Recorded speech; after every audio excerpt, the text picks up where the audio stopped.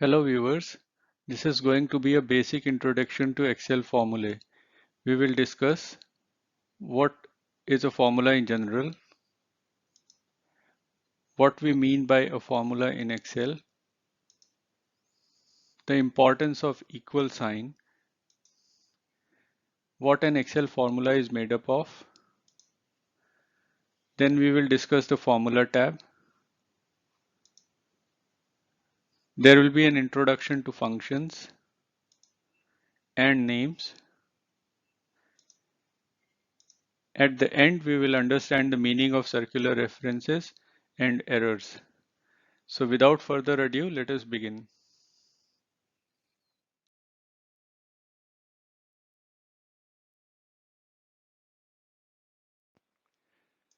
A formula is an expression that returns a value.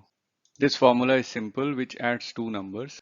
This formula used for temperature conversion from Celsius to Fahrenheit is complex and needs a number input from us in place of F or C in order to calculate the result.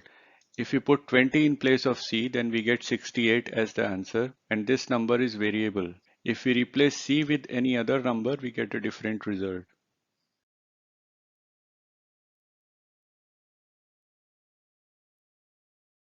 If we look at the formula in Excel, we can see that it has been implemented in the same way in Excel. So this F is equal to this Fahrenheit. I've named this cell using this name box.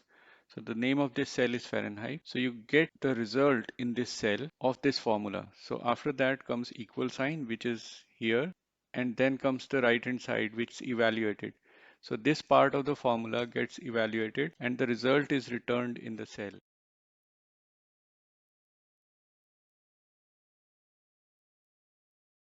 Every cell in Excel is a calculator. The cell has a name which shows up in the name box, and here you can see the formula bar. When you type something in the cell, it appears in the formula bar, and then you press enter and Excel accepts it.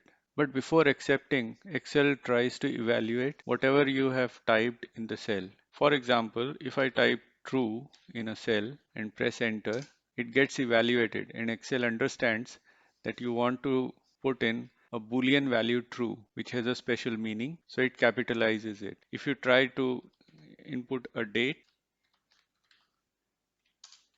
Excel evaluates it and it knows that you have typed a date. So it shows the date in the formula bar and the formatted date in the cell. This formula bar, which you can drag and increase the size of it, is where you type all the formulae. Anything you type after an equal sign gets evaluated in Excel, and if I type any number, add it to any other number, press enter, and it will give me the result. If I try to type something after the equal sign which Excel doesn't understand, for example, if I type any gibberish, Excel will not be able to understand it and will return an error. So in this case, it returned a name error, which means it doesn't have anything by that name in the whole Excel library. And that is why it's showing the name error. If I type the name of a function like sum, it knows that it is a function available in the Excel library and it shows all the functions starting with those characters. So sum, sum ifs, and sum product, all the functions starting with sum are shown in the list. So the point here is that anything that you type after an equal sign gets evaluated, and if Excel can return a value, it does that. If it can't return a value, it returns an error.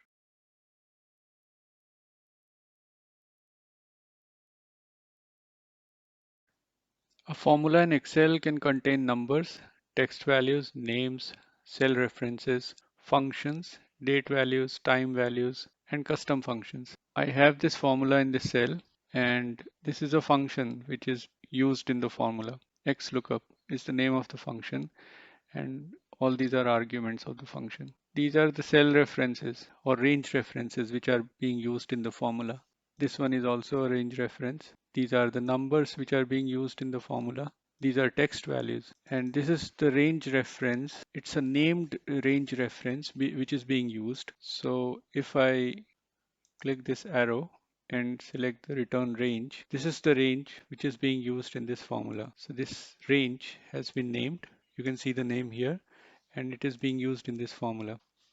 If you look at this formula, there is this text value which is being concatenated with the result of this text function, and it makes the report header dynamic. In this formula, a custom function is being used, which is called file path. So if I go to the Visual Basic editor, you can see this file path is a function which is defined in this file using Visual Basic for applications, and this function is being used in the cell. So these are the various things that you can use inside a formula in Excel.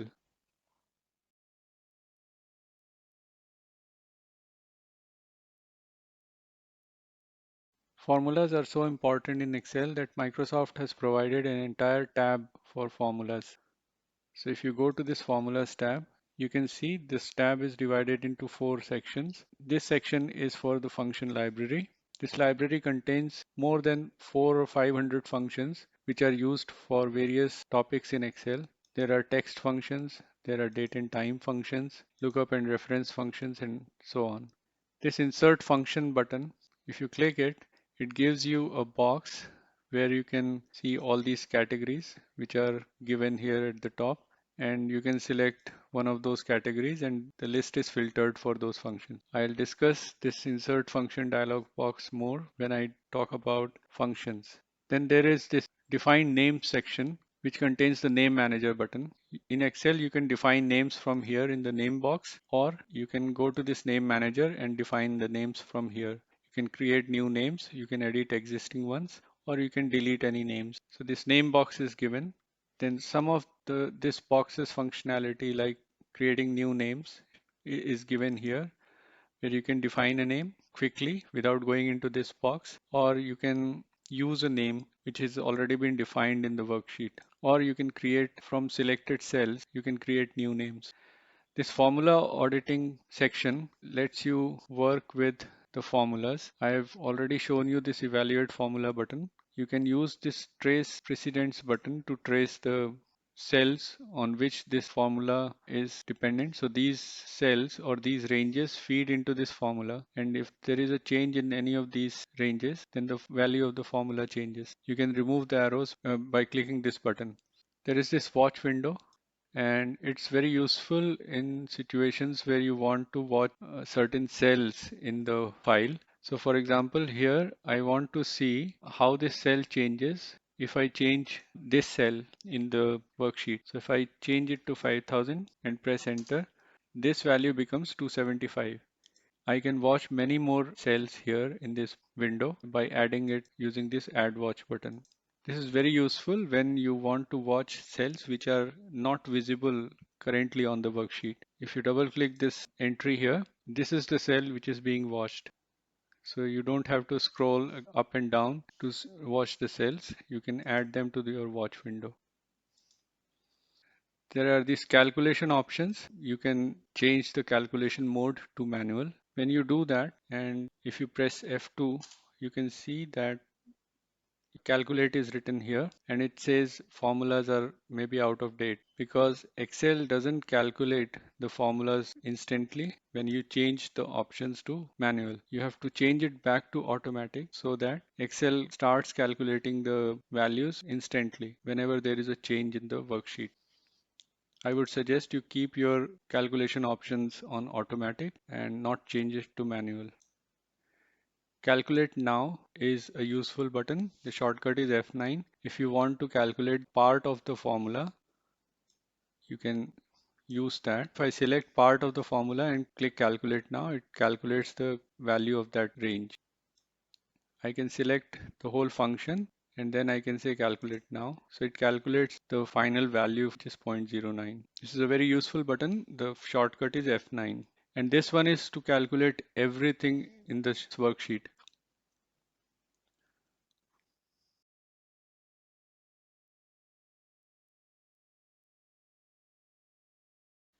Functions are pre-built formulas that Excel team created for us. They let us do special things in Excel. If there is a complex formula that we need to calculate, we have to use functions. We can't do much in Excel without functions. I'll give you an example. There are these three numbers, and in these two cells, they have been summed up. So in one of the cells, I'm using the plus operator, and in the other cell, I'm using the sum function. Look what happens if I change this to a letter. This formula breaks down because we used an operator, and that operator doesn't have inbuilt code to handle alphabetic values. But this sum function works perfectly because it has inbuilt code to ignore alphabetical values. Here I have shown you some examples of functions. So to answer this question, was 1984 a leap year? I have used this formula which uses three of Excel functions: day, date, and if. And proper nesting of these functions creates the logic. So 1984 was a leap year. This formula calculates it automatically. If I change it to any other year, this formula calculates automatically again. And here also, if you notice, is a formula which uses operators only and text values. No function has been used here, but this also updates. Again, if I change it to 1987, this value changes and this value also changes. 1988, and yes, it was a leap year. So this calculation of a leap year is inbuilt or done using these functions. In this example, I have created a dynamic report header. So if the report date changes, let us change it to 16th May, and the header changes automatically. Here, the formula is rather complex. It uses 3 or 4 functions to pull out folder path from this file path. And this one is even more complex. It takes out the file name from this file path. So if I remove a layer of folders from in between, it still calculates properly. And if I add that layer back, it still calculates properly. So you can see how functions are working beautifully to give me the result. Functions follow a strict syntax. For example, I've shown here 2 examples. First comes the equal sign because any formula in Excel starts with an equal sign. After that comes the name of the function. After that, an opening round bracket, and then a list of arguments which is separated using a comma. And here the sum function takes an arbitrary number of arguments here, which can go up to a maximum of 255 arguments. Only the first one, which is highlighted in bold here, is required. All the other arguments are optional. Optional arguments are shown using a square bracket around them. This today function doesn't take any arguments. By the way, arguments are pieces of information that we provide to the function in order for it to calculate. Today doesn't need any argument. It just takes the system's date and puts it in the cell. There is a vast library of functions available in Excel. If you go to the Formulas tab, you can see all the categories of functions here. If you click this Insert Function button or this function button, this is the same button which is provided in 2 places. If you click any one of these, you can see the formula where the cursor is. If I put my cursor here in a blank cell and click it again, and select the sum function from here and click OK, you can see the same syntax is shown here. This is the name of the function. The first argument is shown in bold, which means it is required. All the other arguments are optional. It takes maximum of 255 arguments. What's more, these arguments have a data type. So if you provide it a range reference, it will take that, it will convert those values into numbers wherever it can convert them and use them in the sum. Logical values and text values are ignored. So this description, this gives you a short description of the function. If you want more help on this function, you can go to this link, which takes you to the Microsoft page on this function. If I type a number here and click in the second argument, you can see another box is added here. If I add a number here and click it here again, another box is added. So it'll keep on adding those boxes till it reaches maximum of 255 arguments. Here you can have calculations also. So for example, if I type 25 plus 96, that works perfectly.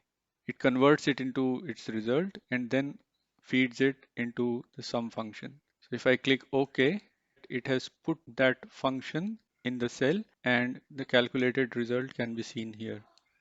So if you want to be proficient in Excel, learn functions.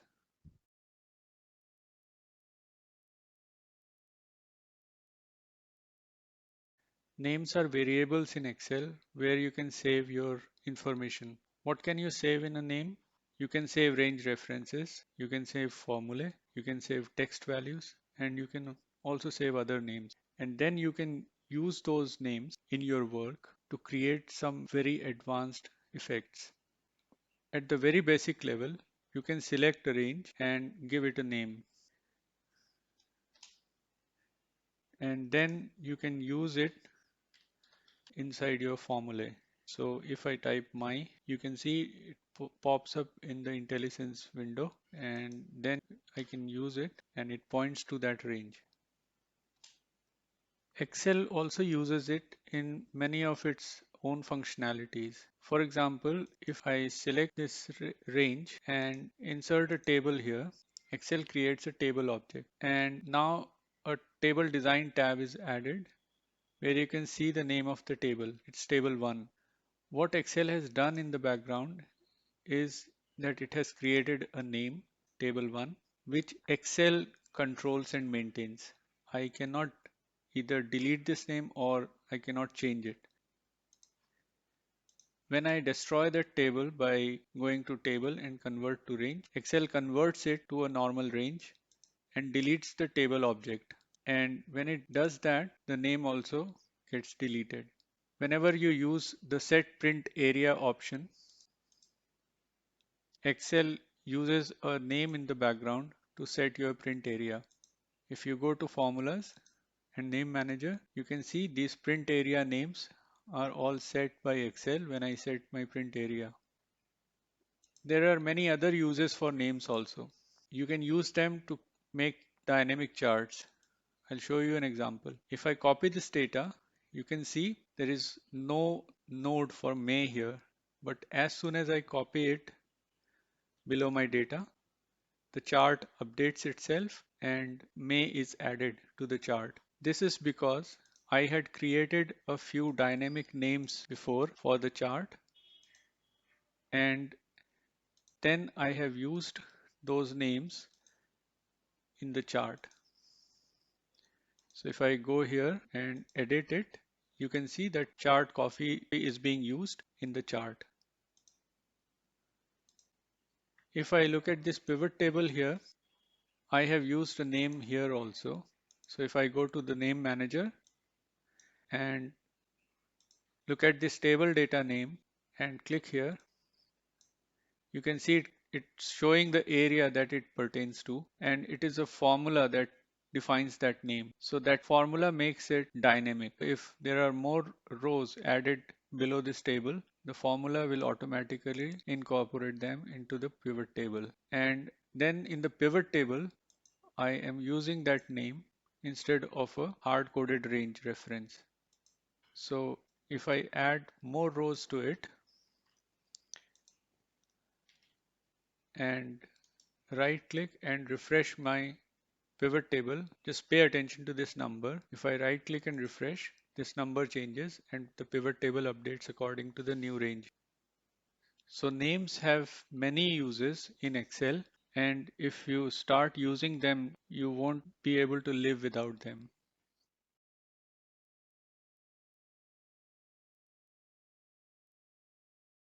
A circular reference takes place when a formula points to the cell in which it resides. So here in this cell, the formula includes its own cell in the reference. E12 is included in the reference in which the formula resides, and that is why it's not able to calculate it. Here it shows circular reference E5. So if you go to this cell, in this case, this refers to cell E5. And if you go to E5, in this case, it refers to H5. So in the formula in this cell points back to this cell, and the formula in this cell points back to this cell, creating a circular reference. And that is why it's not able to calculate the formulae and shows circular references here. If you put your cursor in any one of the cells and press trace precedence, it'll show you the arrows. And likewise here, if you click trace precedence, it will show you the range involved in the calculation. To resolve the circular references, you can go to circular reference, select the cell where the circular reference is, and try to resolve it. So if I change it to a number, this and this circular reference is resolved. So now it says there is a circular reference in E12. So you can again go to circular references, click here, come to that cell and try to resolve it. Once the circular reference is resolved, the message goes away and the cell is calculated.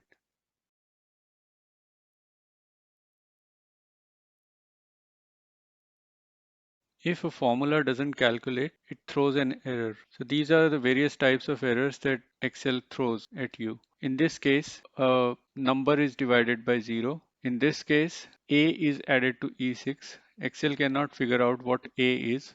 In this case, Excel cannot calculate the square root of -25. In this case, Excel cannot calculate the date value of E8. In this case, it referred to a range which was later deleted, so it shows the reference error. And in this case, this is a typical error. Even if you widen the column, it won't resolve because a date format is applied to a negative number and a date cannot be negative. So if you go to number formatting, you can see that date number format is applied to a negative number. If I change it to general, it will resolve. So these are the typical errors that Excel throws at you, and you should know at least the meaning of these errors so that you'll be able to resolve them. And that was a brief introduction to Formulae in Excel. I hope it was interesting. Thank you for watching.